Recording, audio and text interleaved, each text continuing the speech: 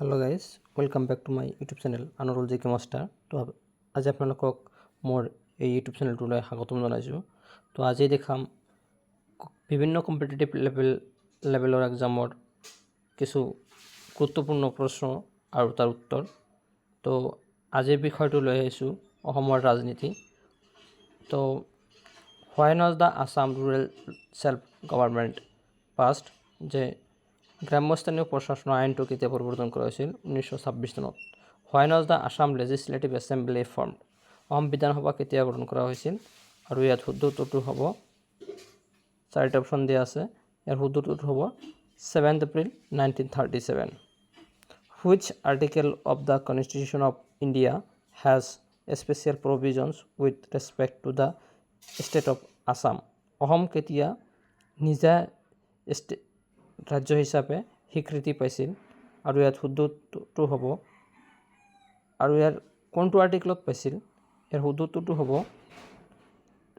371B। Article 371Bত অসমে ৰাজ্য হিচাপে স্বীকৃতি পাইছে। আৰু how many districts in Assam had before independence India? ভাৰতবৰ্ষৰ স্বাধীনতাৰ আগত অসমৰ জিলা কেইখন আছিল? আৰু ইয়াত চাৰিটা অপশ্যন দিয়া আছে, তাৰ ভিতৰত শুদ্ধ উত্তৰটো হ'ব 13খন। Which was the former capital of post independence of Assam? অসমখন আগত স্বাধীন হোৱাৰ আগত অসমৰ ৰাজধানী ক'ত আছিল? আৰু ইয়াত শুদ্ধ উত্তৰটো হ'ব, চাৰিটা অপশ্যন দিয়া আছে, তাৰ ভিতৰত হ'ব শ্বিলং। শ্বিলঙত অসমখন স্বাধীন হোৱাৰ আগত বা ভাৰত স্বাধীন হোৱাৰ আগত অসমৰ ৰাজধানী শ্বিলঙত আছিল। APSC was formed in which year? APSC কেতিয়া গঠন কৰা হৈছিল? আৰু ইয়াত চাৰিটা অপশ্যন দিয়া আছে, তাৰ ভিতৰত প্ৰথমটো অপশ্যন হ'ব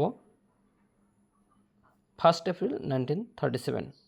1937 চনৰ 1 এপ্ৰিলতেই আছাম পাব্লিক ছাৰ্ভিচ কমিশ্যন বা চমুকৈ অসম লোকসেৱা আয়োগ গঠন কৰা হৈছিল।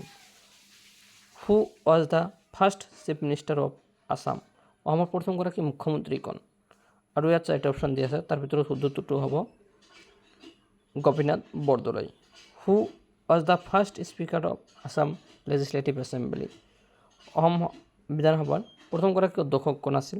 ইয়াত চাৰিটা অপশ্যন দিয়া আছে, তাৰ ভিতৰত শুদ্ধ উত্তৰটো হ'ব Babu Basanta Kumar Das. Assam language bill passed in the year? অসমীয়া ভাষাৰ যিটো বিল আইন সেইটো কেতিয়া হৈছিল?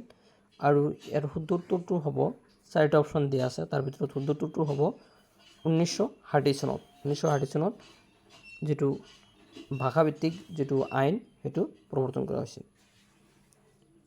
Which state was separated from Assam in 1963?